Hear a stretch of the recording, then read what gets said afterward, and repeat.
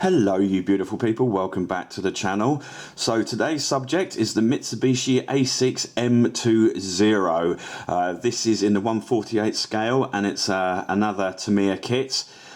It's a little bit venerable, it's been around for a little while, but it's still a cracking little kit. Incidentally, I was out in Japan in January 2025 and this is where I purchased this kit from the amazing Tamiya store. If you haven't been, it's certainly well worth the visit. So just a little overview of the contents of the box. It's in 3 bags basically. Got your main fuselage wings, your cockpit glasses just as I've just shown you,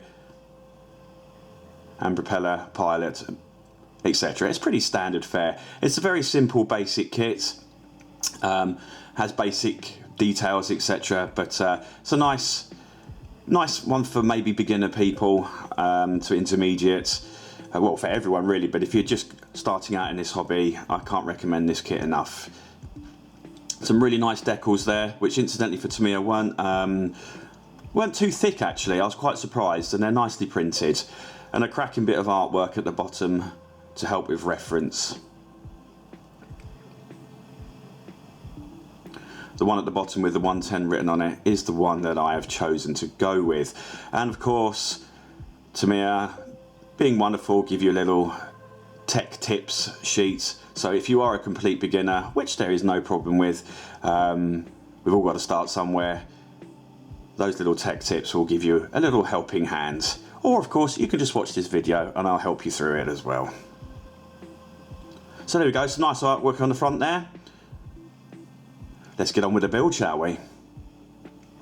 So, something slightly different for this video. I've decided to just video all the colours that are going to be used.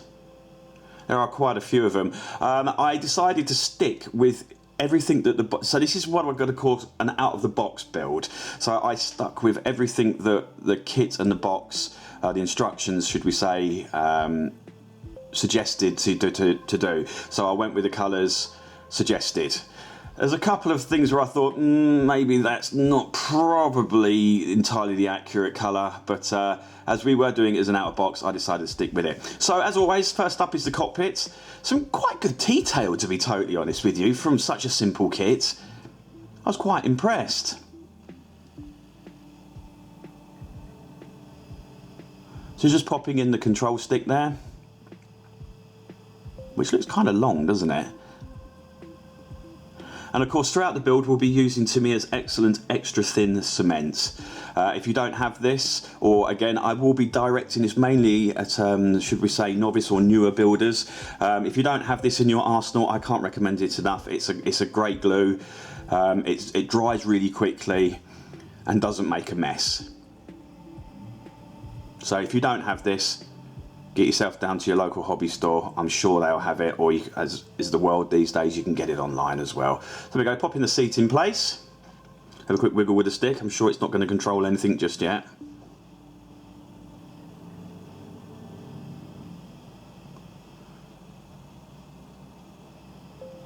Okay, happy with that.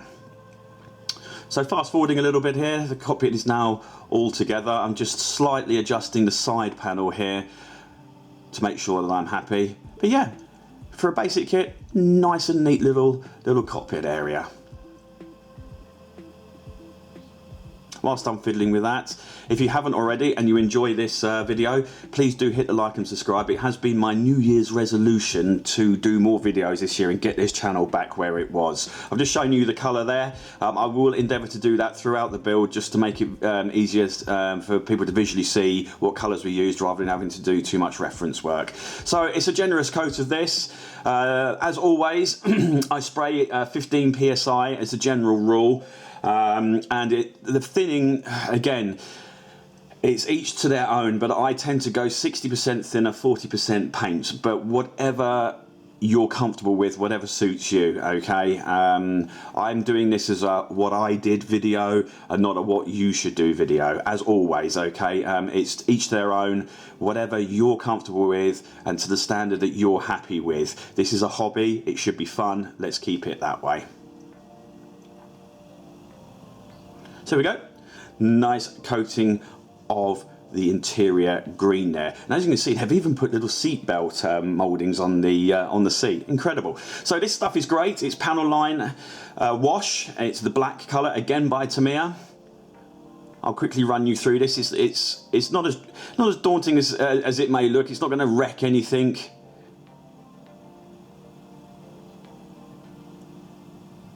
As you can see, just filling in all the lines, and it brings out all the details. So moving swiftly on, I've done that for the whole cockpit, and then I'm trying to put this in the correct way. It doesn't trash your cockpit. You can remove it with the cotton bud. It's really easy removal, and that's what I've tried to show with this little scene here. It's just a quick dabbing because there was a little bit too much of that panel line in there. So it's nice and easy to remove and to do it to taste, so to speak. And it dries pretty quick as well, which is handy.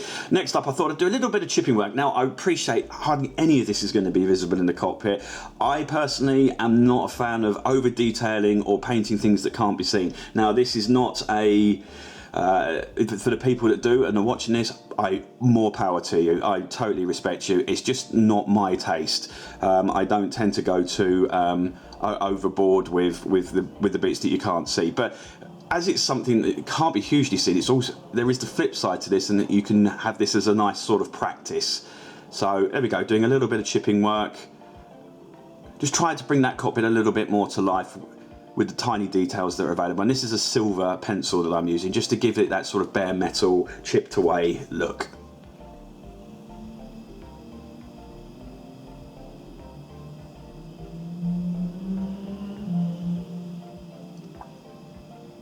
By the way, I am recording this at my home, so if you do hear any noise in the background, I do apologise. I live opposite quite a busy road, and my dog might come down and start barking in the background, etc, etc. Hey, it's real life, so what can I say? We are just chipping up the seats. It's not perfect, but we're really close up here. When you sort of put it into the cockpit of the aircraft, or sort of take your eye, move it away a little bit, it looks really quite good and quite eye-catching. I was happy with it.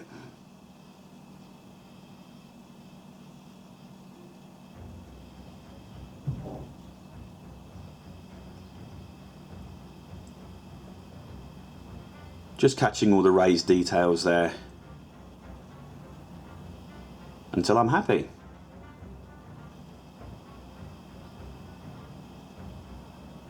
With that done, it was just the final little piece of the jigsaw, so to speak. Was they provide you with a little decal or decal for the cockpit instruments.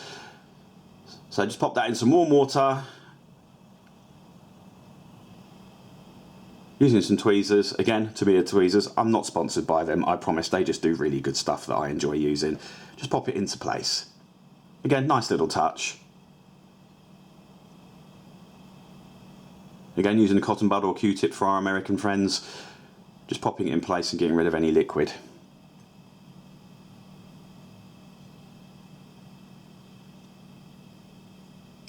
And the eagle-eyed viewer have noticed I've painted the top of the control yoke black, as per the instructions.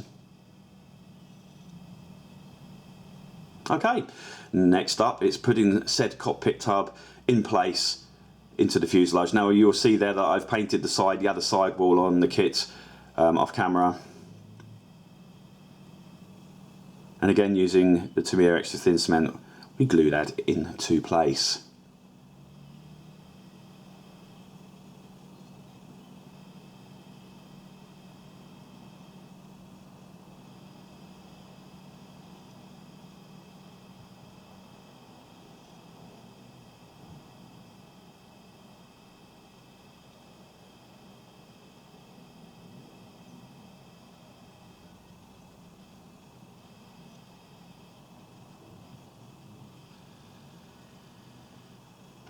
Okay, we're happy with that. The extra quick drying cement has done its job. Next up is to close all our nice detailed work into the cockpit, into the fuselage. So as you can see there, it can be seen a little bit, but once the greenhouse gets put on the top, it makes it slightly less visible. So holding the two fuselages halves together, I personally just like to leave a little bit of gap to allow the capillary action with the glue to happen, and it's just a case of, as you can see, running the glue down the middle and then pressing the two fuselage halves together. Now the aim for me, my personal aim here, what I like to do is I like to get the two halves together, and because it acts as like a hot agent, it melts the plastic together. It's like a plastic weld per se. I like to get a nice sort of bead line where the two halves come together, because once that's dry, I then, as you will see, sand that bead line away, and you get a really nice nice finish on the fuselage, because you can see that line that goes down the middle, that shouldn't be there. Well, if you sand it away, you can eradicate that line. Next up, wings. Bottom half is all one piece, top half two separate pieces. Some nice little details there.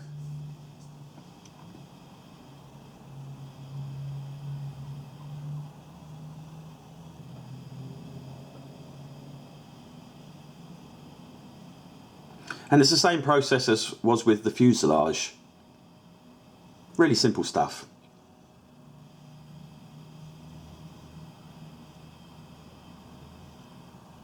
Just take your time with this, work methodically. Do your best not to get any glue where it shouldn't be, especially if you're pinching the two pieces together like this, because it has happened. It's happened to us all. We stick them together, get a little bit of glue over the edge, and then you get a nice tasty thumbprint or fingerprint that you then have to sand away. Next up, just a case of simply mating the fuselage to the wings. Again, this is really easy stuff.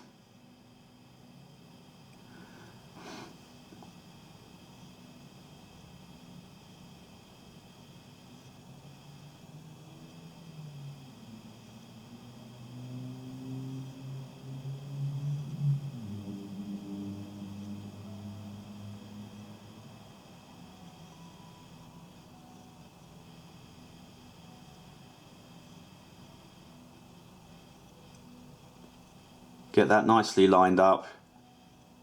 Try not to have a lip there, just to save sanding work further down the line. As always, it doesn't take long for the quick drying cement to do its thing and get things roughly in place, or get things properly in place, to be honest.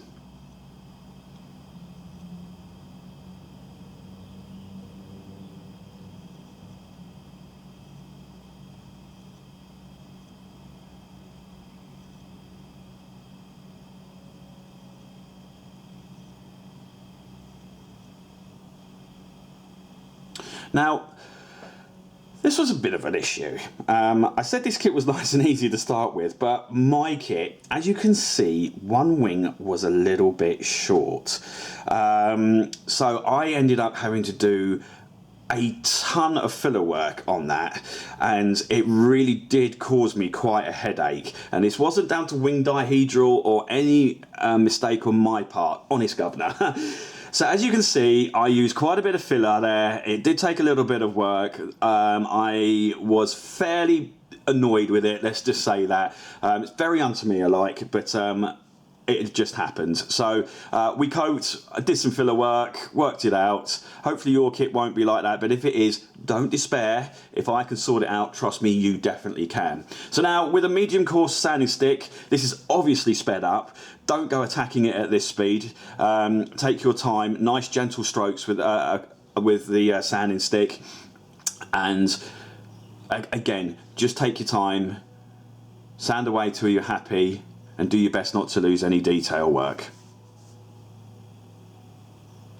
Happy with that?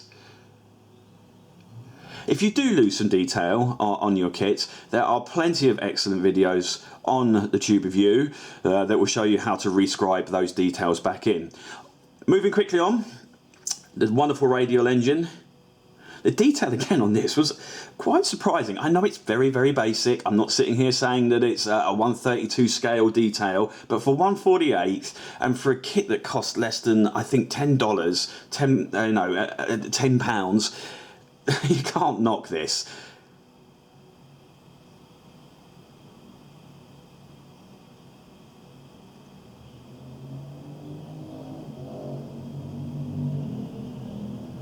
It all clicks together really, really well, as most, if not all, Tamiya kits do.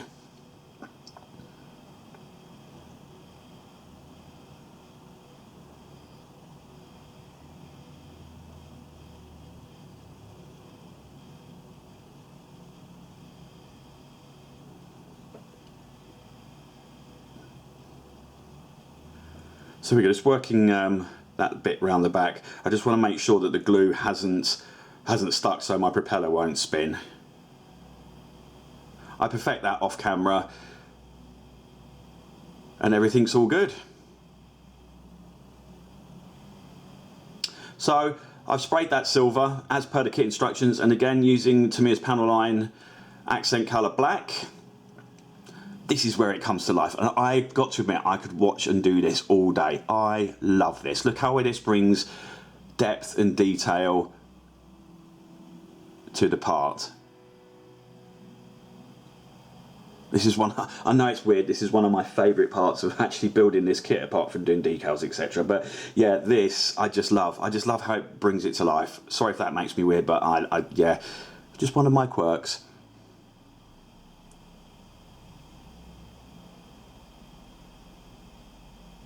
Again, for the more talented amongst us, you can literally go to town with this and get some wire or some copper or whatever it is that you guys use. I need to improve my arsenal with that, I must admit, but you can put all the wires and everything for that engine and really go to town with that if you so desire. So up with the wheels. Now they look a bit coarse in this. I of course sand and sort it out, but I didn't want to bore you with that. I'm just sort of showing you the rough process using the capillary action again with the black paint, just so we can keep hold of the circular centres there, because some people do struggle with that. If you're new, I must admit I wondered how people always got their wheels so good when mine seemed to sort of bleed into the hub or whatever. Well, this is how I thinned my black paint basically to sort of 20% paint, maybe a little bit more, 30%, and the rest thinner, and just dab it on there as you've just seen, and it allows the capillary action to make the circle, and it does the work for you. So aircraft is all primed, canopy's on now.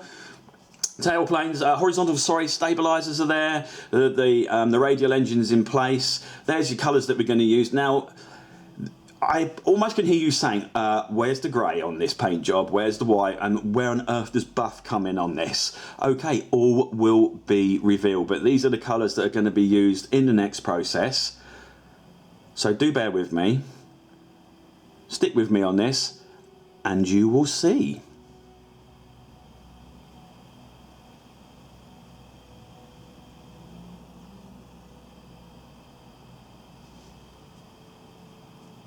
So first off, we're up with the black. And what I'm doing here is roughly, and I do mean roughly, just following some of the panel lines.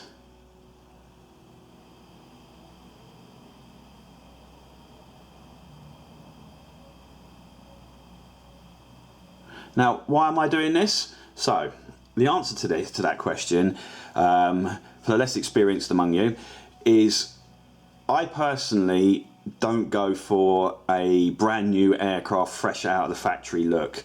I don't also go for the completely battered look either. I try and sort of hover in the middle to the best of my abilities.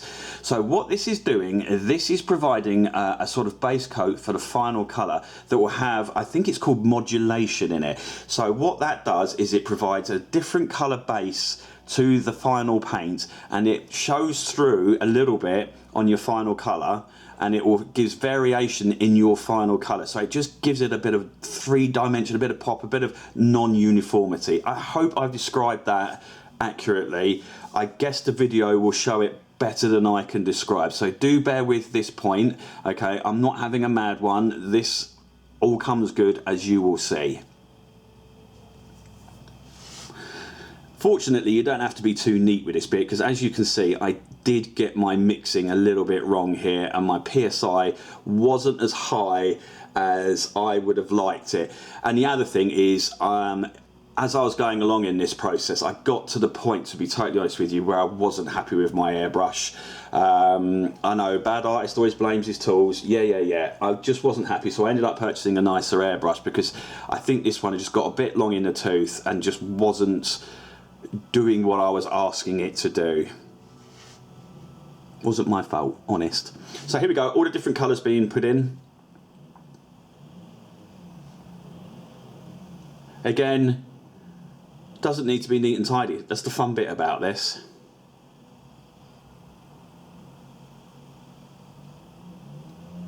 So I think this is an Iwata Neo that I'm using, and I have since moved on to a GSI Krios PS270. And I can tell you the difference in the airbrush is remarkable. So the reason why I'm saying that is not to show off, of course, that's not what I'm about, is if you're new to this, I appreciate that some things can be quite expensive, but it's one of those where if you can put some money into it, save up, get it as a Christmas present, ask your loved one for it, whatever, these tools really do make this hobby easier and then more enjoyable. And because there's nothing worse than being a new modeler and it not going right. It can be so disheartening. I have been there. I feel your pain. Okay, so if you can invest a little bit in it, not straight away, but as you go along, I promise you, the rewards will be great. So as you can see, we've got a mad looking, graffitied looking plane here. Okay, what I'm doing now is the green underside that is the final colour, and then hopefully this video should start to make sense now of the madness that was underneath.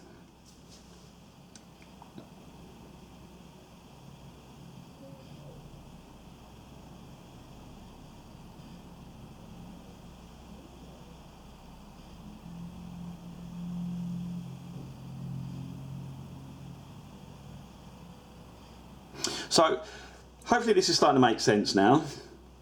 Most of this does get covered up, but it definitely does, especially with the naked eye, just gives slight variations to the underside tone. Now, as we're approaching halfway through this video, if you are still with me, I salute you. Thank you so much for listening to my ramblings this far. Please stick it out to the end because I do have some photos of the final finished subjects at the end.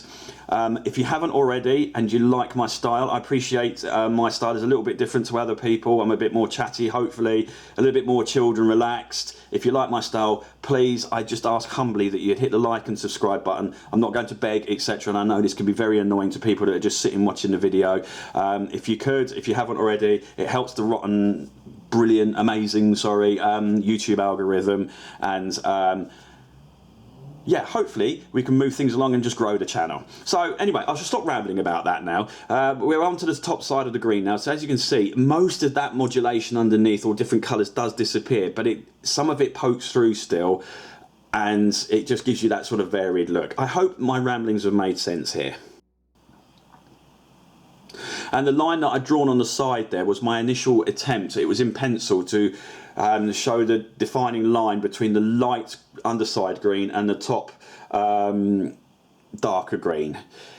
It wasn't perfect in the end. I'm going to stop talking now because in this video I do show where things have gone wrong. I'm not one of those that will just go on and say, yeah, all went perfectly, as you're about to see. Okay, I am perfect. I'm not perfect. I wish. I am imperfect. I'm not as talented as most people on here. So I do show some of the bits where it's gone wrong, just to show that does happen. That's real life. Okay, things do go wrong when we're building these kits. We do have to correct stuff. It doesn't always all go perfectly. Case in point. So in the end, I got so sick of trying to get that line even either side, I actually used blue tack. And this gives a slightly soft feathered edge. You can adjust both sides so that both sides are the same. And I wish I'd thought about it earlier, to be totally honest with you. But after I did this, I was probably 80% happy with it. Enough for me to move on, basically.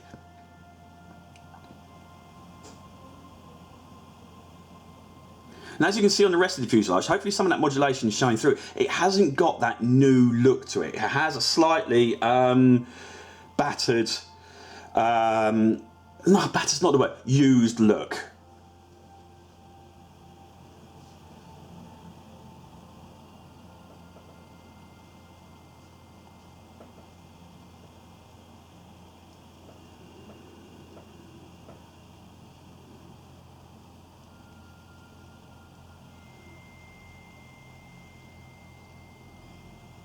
Okay, so we have basically chosen the scheme that we're going to go with. As I pointed out, it is the 110 scheme. Now, there is a little bit of a story behind this. Okay, I've actually bought a Japanese car, and it's a JZX 110, a Toyota. So as soon as I saw those, I was like, cool, I'm going to do the 110, a bit of a homage to my car. So those decals, I decided not to use the white ones. I decided to be a little bit cheeky or adventurous maybe is the word, and paint it on instead. I think you just get a better sort of final finish on it. Does that make sense? Yeah, you get a better finish. It looks a little bit more authentic. I watch some people that do these crazy things where they have like is it a cricket cutter or a cry cutter, and they make these stencils and paint on all what would have been decals. Fantastic. It's something I want to build my skill level up to, because it looks so much, I want to say, more realistic. So I'm sort of slightly dipping my toe into this, using painting some bits that are meant to be decals or decals.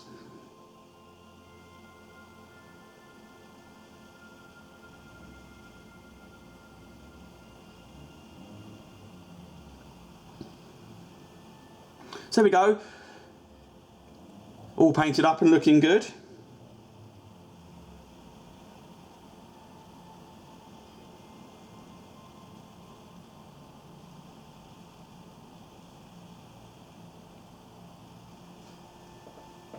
So whilst I seem to be fiddling and adjusting the camera,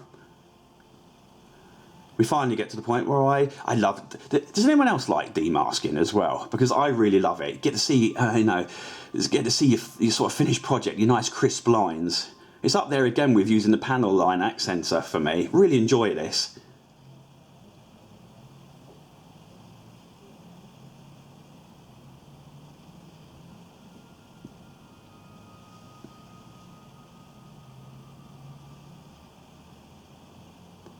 What pleased me hugely about this, because I was trying to keep the same thickness of the white line from the top of the fuselage all the way around to the side, and that's not as easy as it sounds. What it might be to you professionals, I don't know, but for me it wasn't. I tell you what, I was super pleased with how even that was, either side, as you can see.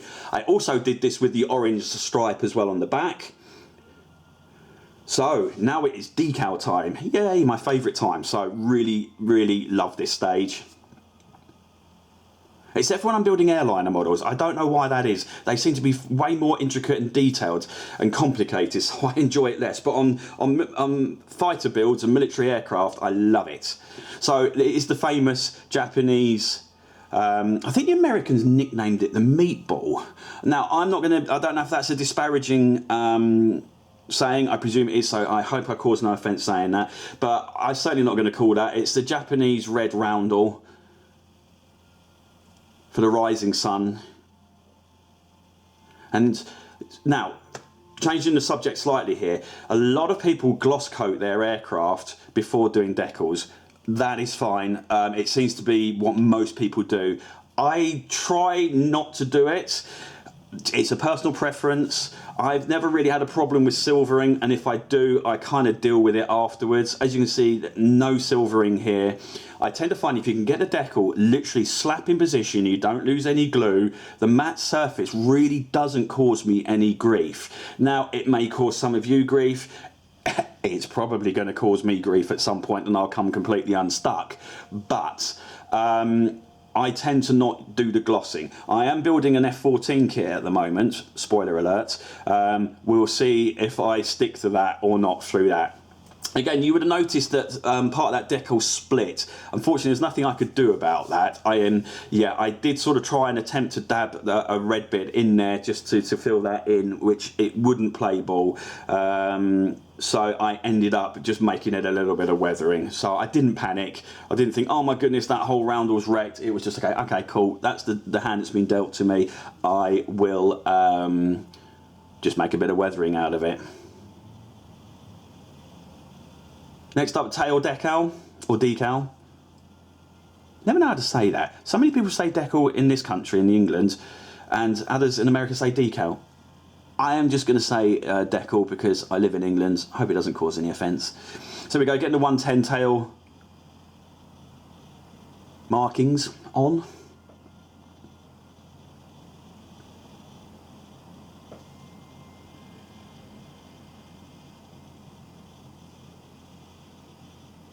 Again, they pop into place perfectly. No silvering. A little bit of clean up to get rid of that Mark Fix Strong. Which, by the way, okay, I haven't addressed this, I do apologise. I use the various strengths of decal softener. Now, if you're, again, new to this game, what this does is when you put the decal onto your fuselage, onto your wings, or whatever, it helps it to conform to the lines, the panel lines, where the flaperons are, the ailerons, whatever your surface is, it softens the decal to conform with whatever surface it's on. Now, you've got to be choosy with this stuff, because if you use extra strong and it's a really old decal, say from an Airfix kit or a Tamiya kit from the 60s and 70s, it can actually destroy your decal. So do your research with that. Be careful with it. There are other different brands of decal softener. I've gone with this one because I quite like it. But choose your poison, basically. I put some on underneath, helps it to adhere to the kit, and then I put some on over the top to help it to conform to the kit. I think they do a normal one, a strong one, and an extra strong, and it's the extra strong one that you've got to kind of be a bit wary of. Like, I've had no troubles with it, but I could be really lucky with that.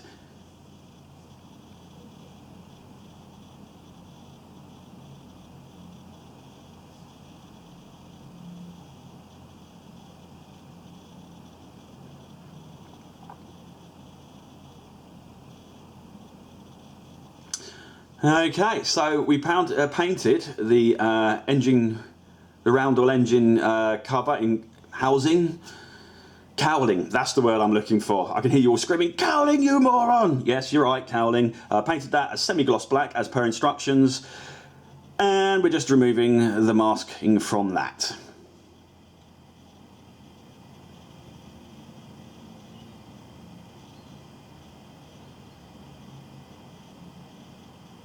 And there we go, a nice crisp, clean line. She's starting to look the part now. Next up, using Tamiya's X4. Now, this blue, is the point that I was talking about earlier. I am not convinced this is the correct blue. Okay, now there will be the purists watching this that know these aircraft inside and out. I'm a hobby builder, I'm not a rivet counter. More power to you if you are. Fantastic. I'm not. I do this for fun. I try to get it as accurate as possible, but if there are the odd details that aren't quite correct, I do get annoyed a bit about it, but I'm not going to lose any sleep over it. Anyhow, I digress. We get the blue done there, and then it's a case of putting a nice long spindly undercarriage that's very distinctive with this aircraft into place. These just click into place. Oh my goodness, it was so good.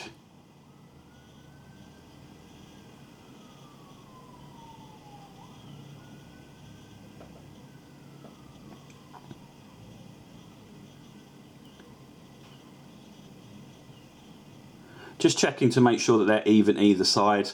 And as you can see, I've got the silver oleos done on the undercarriage legs. Just a little bit of a look to make sure that they're pretty even either side. This camera angle does make them look slightly like they're not, but let me assure you they are.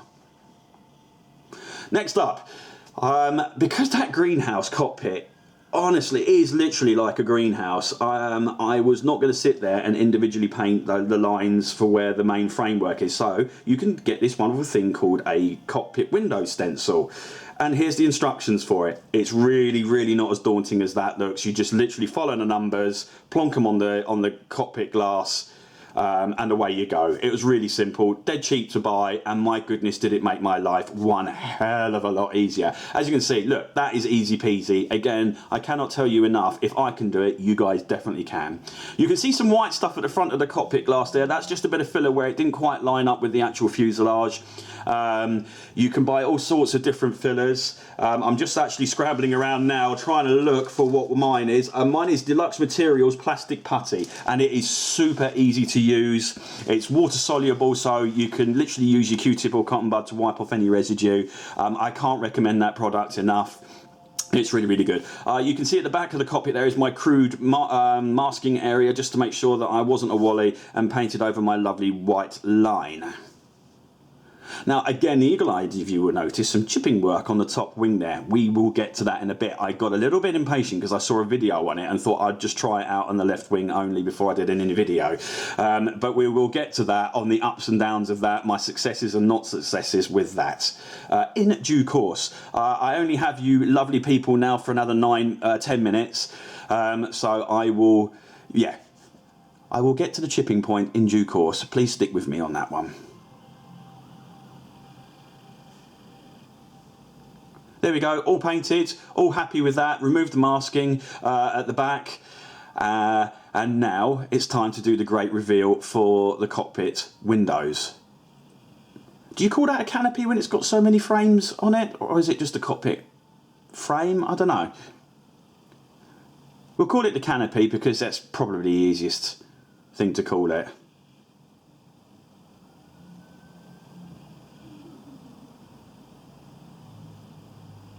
And it's very carefully, and I do mean super, super carefully, removing the masking tape from the clear plastic. Now, the reason why you've got to be careful with this, especially if you're using what I'm using here, a sharp pair of tweezers, because my more round tip ones that are here wouldn't lift it.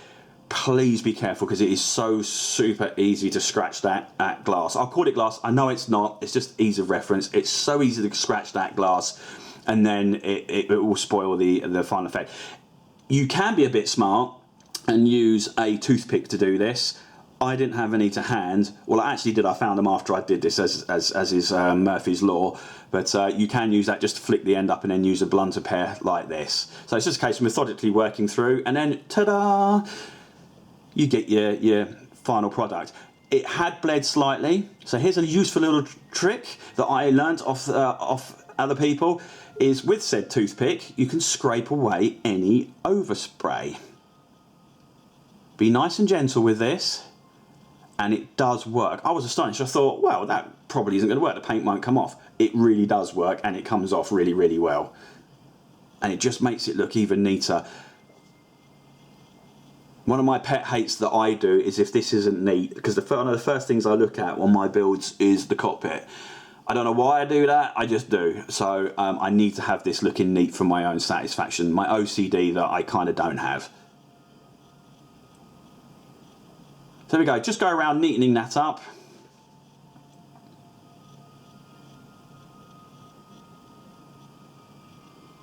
We're pretty happy with that, to be honest.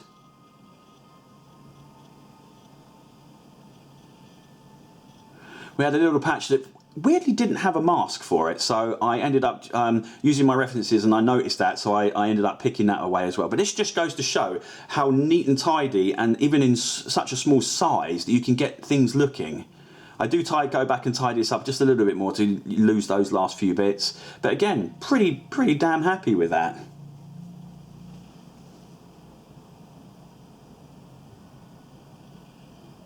Okay. Without further ado, it's time to pop on the propeller. Again, I painted this away from camera because I'm trying to keep this as light as possible. The spinner cone was painted red, the blades are painted brown. Even though it is a metal propeller, they were painted brown. And it's just a case of glue that in position. And you've got to be a child here and there and make aeroplane noises and make the propeller spin round, surely. So, here we are to the chipping. In hindsight, I think it's AK Interactive do a chipping fluid. Now, if I'm to do something like this again, I will certainly be using that over this method. This method was okay. Am I happy with it? Not 100% if I'm being honest. I didn't want to go with a really battered look. I know these aircraft did get battered in the Pacific Theatre. I was kind of going for that sort of intermediate, if you know what I mean. Not factory fresh, because I'm not a fan of that for my own personal builds, but I didn't want to go battered either. So I kind of like went for the intermediate. I leave it up to you guys with your comments, polite criticism if you wish. I sort of ended up dabbing this silver pencil over rivet lines and panel lines, etc., etc., just to give it a semi sort of weathered look. Obviously the left side is where the pilot gets in, so we sort of did some footmark where the feet would wear it away. I wasn't entirely happy with that, as you will see. I sort of correct it later on, but I didn't want to forget the framework on the cockpit as well, because that will obviously get a little bit of chipping here and there. I was quite happy with it. Now, I fully understand that there will be people out there that are like, dude, this isn't right, you've done it wrong, it looks rubbish, this, that, and that. That's cool, no worries, I appreciate that. I was happy with it for my own build, and I think that's part of the fun with this hobby, isn't it? As long as you're happy, it's the main thing. If you want to build for competitions, then by all means go all out. Then we move to the underside, and this is Ammo MIG's Oil Brusher Starship Filth. Okay, this is another wash.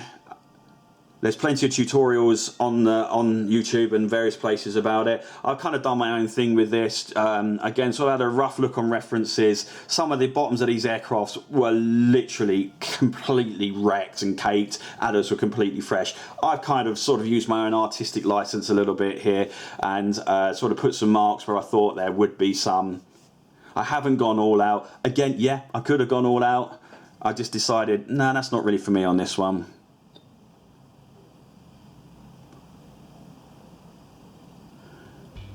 So the main purpose of this part of the video is just to show you how I did what I did. Again, if there's better systems, better ways of doing it, this hobby is all about suggestions and helping each other, surely. So if you do have any help, suggestions and tips to make my modelling better, I am certainly all ears for it. I do want to get better and better as the years go forwards. But there we go, I was quite happy with that. It just gives a slightly dirty look underneath, a sort of used look, some sort of staining, but not gone overboard with it too much, because again, that just wasn't my vibe with this build. I'm sort of doing these lines here because that's roughly where the wheels would have been throwing crud and dirt up off the unfinished airstrips and aircraft carriers as well, picking up all sorts of bits and pieces from those. So I kind of just use, again, my sort of artistic license just to go with that. Guys, we've got 3 minutes left, so if you are still with me, I am clapping. Thank you so much for listening to my ramblings. I hope I've not talked the hind leg of a donkey. I do appreciate I am very capable of doing that. I hope I've described everything right, and mostly I hope you've enjoyed this video and found it even slightly useful. If not useful, entertaining for positive or for negative, whichever way you want to do it. Again, this is my last plug. If you haven't yet, please hit the like and subscribe button. I aim to get plenty of videos out this year and get back to where I was a couple of years ago with some regular output. There are some videos of the final product at the end of this, some pictures at the end of this video just showing the final end product. I hope you enjoyed them. So we're drawing to an end now. The propeller blades have been chipped, the spinner has been chipped, and I just couldn't quite get the the bit where the pilots would walk right. And my son, bizarrely or not, said, why don't you use the sponge method? Now, bearing in mind this lad's never built a model kit, I was like, that is a damn good idea. So I've gone with a slight sponge method, and that is just a case of dabbing the sponge in the lid of the paint, dabbing it off a bit so it's not, it's almost like dry brushing. It's not got too much paint on it, so just enough to build up the different levels, if you know what I mean. So then hopefully that will now look a bit more like it's a used sort of walking area. I do add to this and swap and change it a little bit off camera, but it gives you a rough idea of the process.